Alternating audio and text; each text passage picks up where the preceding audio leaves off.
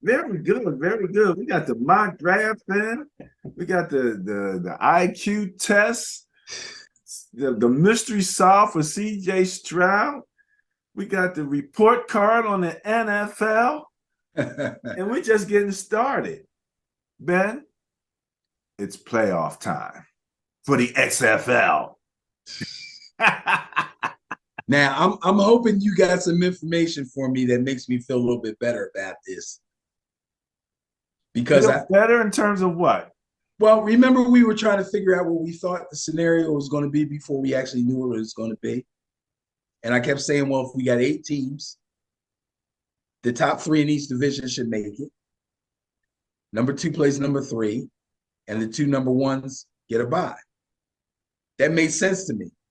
Then I'm on my phone today, and it turns out one plays two, it's over, championship. I'm like, oh, come on. Well, here we go. Let's take a look. First off, Benny, I told you I had a little something for you. I didn't want to tell you what it was, right? Okay. Early in the season with the XFL, you said something. You said that those coaches that didn't have head coaching experience were going to struggle. Right. So we took a look, and here's the record going into week 9. And I have it color coded those who have head coaching experience against those who didn't have. So it was a couple, you got Reggie Barlow had some head coaching experience with the DC Defenders, best record in the league at 8-1. The Battlehawks and the Sea Dragons, however, Hazlitt and Anthony Beck never had head coaching experience. And they were 6-3, tied with Wade Phillips, who we know has had all types of head coaching experience. Bob Stoops at 4-5, we know he had head coaching experience. But it really held up for the three bottom people, Rod Woodson, Hines Ward, and Terrell Buckley, all of them having losing records and no head coaching experience. In fact, no coaching experience whatsoever. There you go. There you go. So, and you you keep talking about what's his name, son going to the Steelers because his pop worked there, right? Joey Porter. Joey Porter Jr. going to the Steelers. Well, Joey Porter is Hines Ward's main assistant Yep. down in the XFL. So, but anyway, you mentioned it, early on. So I'm saying, okay, well, let's take a look and see, how this thing has actually turned out. Now, Benny, the playoffs are pretty much here. Saturday and Sunday. I'm sorry, man. I'm sorry. Please forgive me. To me, this ain't playoffs. They're playing division championship, and then they're going to play a league championship. I don't consider that playoffs, but it is what it is. Well, what do you consider it? This is a semifinal. A semifinal. Okay. These are semifinals. All right. I don't have a problem with that because the final is next. Right. I don't have a problem with that. But you got 4 teams. You have your Arlington Renegades, your Houston Roughnecks, who you liked early on. Okay. And they're going to play on Saturday. And then you have your Seattle Sea Dragons against the DC Defenders. Mm-hmm. And that's going to happen on Sunday. So that's the setup. This is basically how the season played out. And, as a person who looks at differentials, I wanted to make sure we had as much information as possible. And that's where I saw the thing that happened with the playoffs that was kind of weird. Because I see something that I think it really sucks. But go ahead. Let me hear what you think. The St. Louis Battlehawks finished 7-3. Absolutely. They are the 1, 2, 3, third or fourth best team in the entire league. And they don't make the playoffs. That's that. I got a problem with that. Well, apparently they had 2 from each division. And that's how the Arlington Renegades got in. Right. The Arlington Renegades is the only team with a losing record, 4-6, minus 48 in point differential. That's what I'm saying. And One they're division going to is have to obviously play. stronger than the other. They're going to have to. Who's that? That was the Renegades, right? They're going to have to Yeah. play the Roughnecks. Right. Okay. Now the Sea Dragons play DC. DC has they looked a little vulnerable in the last few games of the season.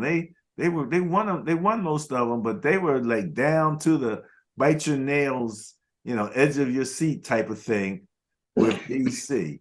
But they wound up with the best record in the league, a plus 5.8 point differential, right? Ben, the Seattle Sea Dragons are plus 6.6 in point differential. So the bias actually goes toward the Sea Dragons.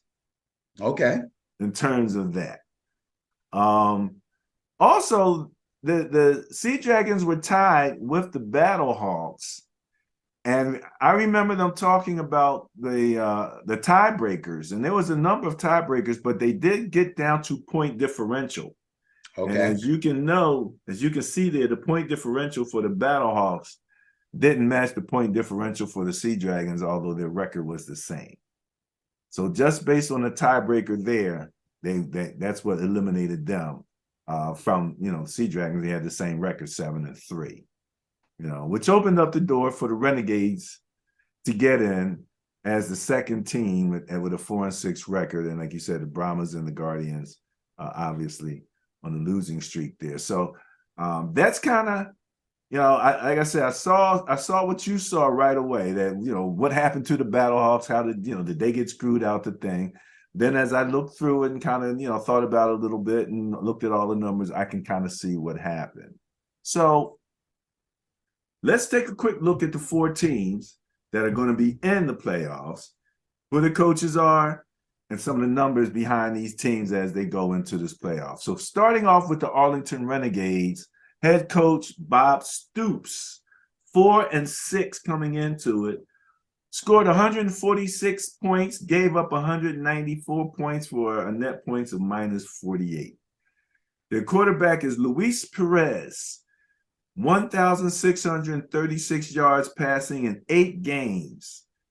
He was 14 of 229 for a 66.5% completion ratio.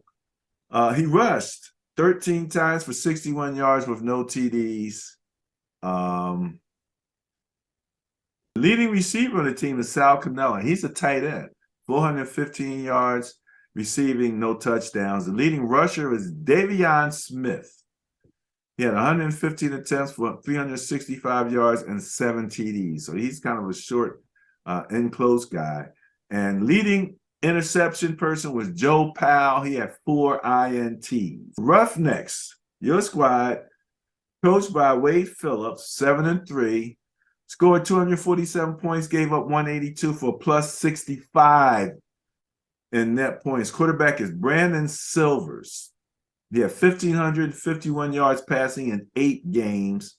He was 156 of 262 passing for 59.5%. Completion ratio, 13 TDs and 9 interceptions. So that looks a little troublesome right there.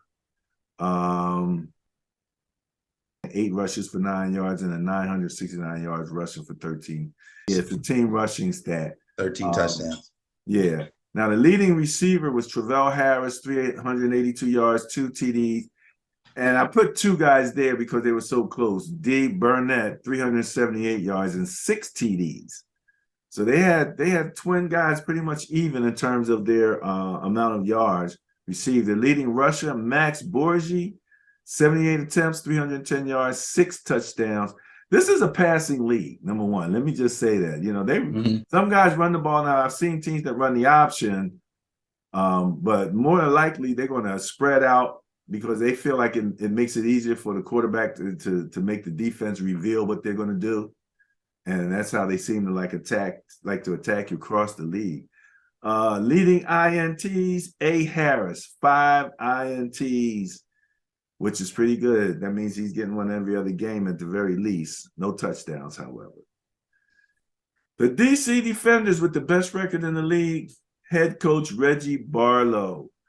Points for 298, points against 240 for a plus 58 net points. Quarterback is Jordan Ta'amu. In 10 games, he passed for 1,894 yards. He was 143 of 229 for a 62.4% completion ratio. You got to like 14 TDs to 3 INTs. That's almost that 3-to-1 ratio that we like to see. And he rushed for 67 yards, 67 times for 298 and 3 TDs. They had a total of 1,400 yards rushing as a team and 15 TDs. Their leading receiver is Lucky Jackson. Remember hearing that name? Nope.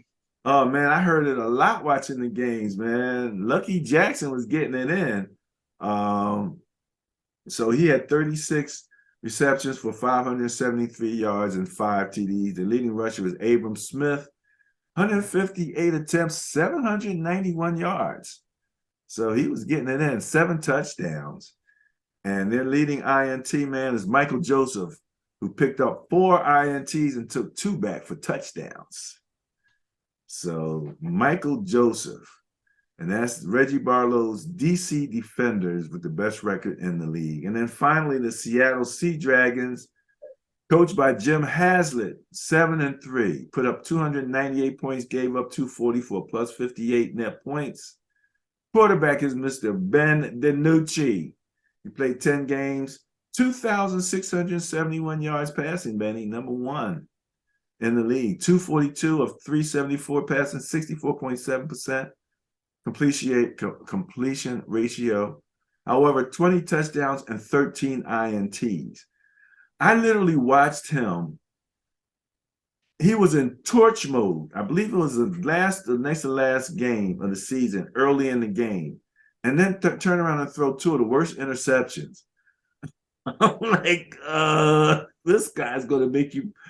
The Haslett, if he did have hair in his head, he's not going to have it watching this guy. So, yeah, I've seen him literally go from great to GOAT. I guess GOAT now. Didn't he win 3 games for the Dallas Cowboys? DiNucci? Yes. Yeah, I do believe he did, didn't he? Well, Yep. in any event, he's a gunslinger to some degree, especially in the XFL. He had 53 rushes for 305 yards and 3 touchdowns. Leading receiver, Josh Gordon. 38 receptions, 540 yards, and 4 TDs. Josh Gordon catch stuff on the sideline, get both touched. You only got to get one leg down in the XFL, but he gets both toes down. He's doing it at an NFL level. I've seen him. Yeah, because he's trying to get back in. Hey, I see him take advantage of a couple of these guys, man. I mean, really take advantage of them. Leading rusher, Morgan Ellison, 52 attempts, 254 yards, 1 TD. Again, these guys like to throw the ball. And INT, Quinterio Cole, 3 INTs, no touchdowns. So I just wanted to kind of throw a few names out there, kind of personalize it a little bit so people get a chance to kind of see what's going on with the XFL. These should be some very competitive games. Slight surprise that was it the Sea Dragons or whatever would be net point favorites. So it'll be interesting to see. I think Houston plays Arlington, right? Okay. So, yeah, Houston should have no trouble with Arlington. The Defenders are going to be challenged by the Sea Dragons, if for no other reason than Ben DiNucci. But I think the Defenders have the best defense, so they'll come out on top. All now, right. early on, without having watched a lot of games, only watching the game here and there. I kind of was leaning toward Houston. Number one, because I like the way they played. Number two, because I like their running back. And number three, because I like Wade Phillips being an ex-NFL head coach. But I've grown to really appreciate what's going on with the DC Defenders. So if in fact everything plays out the way I plan it to, the DC Defenders and the Houston Roughnecks should play in the championship. The Roughnecks should have the home field advantage because the game's going to be played in San Antonio. But I believe the DC Defenders will win the championship. Really? Yes, I'm going with DC. Going with the DC Defenders. Okay. All right. All right. Well, they've been the best team all year. And so, like I said, they looked a little vulnerable in those last few games. Well, actually, that last game, they played harder than they needed to because they had everything wrapped up. Okay. But they wanted to go out with a win. Okay. Okay. And just so happened that they played a team that ain't very good and was balling like crazy trying to get another win. Like, this wasn't supposed to be going like this. That's right. They're exactly. They thought they were going to lay down, and they had a lot of pride, and they liked their head coach, Hines Ward. Right. They played hard for Hines Ward, and they tried to pull that. But if you remember our conversation during those last few minutes, I said, this team is not very good. They probably won't be able to score to win the game. And you said all they got to do is get down in field goal range and kick the field goal. I said, oh, that's all they got to do? They'll probably miss it. They'll probably miss it. And what happened? They missed it. So. And if I remember correctly, he was on the right hash mark and he missed it to the right. And I'm like, dude, if you're on the right hash mark, that means you got all that over here. And if you want to push it anyway, push it to that side. Yeah, but he didn't want to hook it. He sliced it. He sliced it trying not to hook it. He sliced it trying not to hook it. Yeah. Well, anyway, that's the XFL for this weekend coming up. I hope everybody gets a chance to tune in. It should be some fun football. You get a chance to see Josh Gordon. Maybe he get out there and show the NFL what's the deal. Shoot, Josh Gordon get a contract for the upcoming season. Be back in the NFL. We shall see.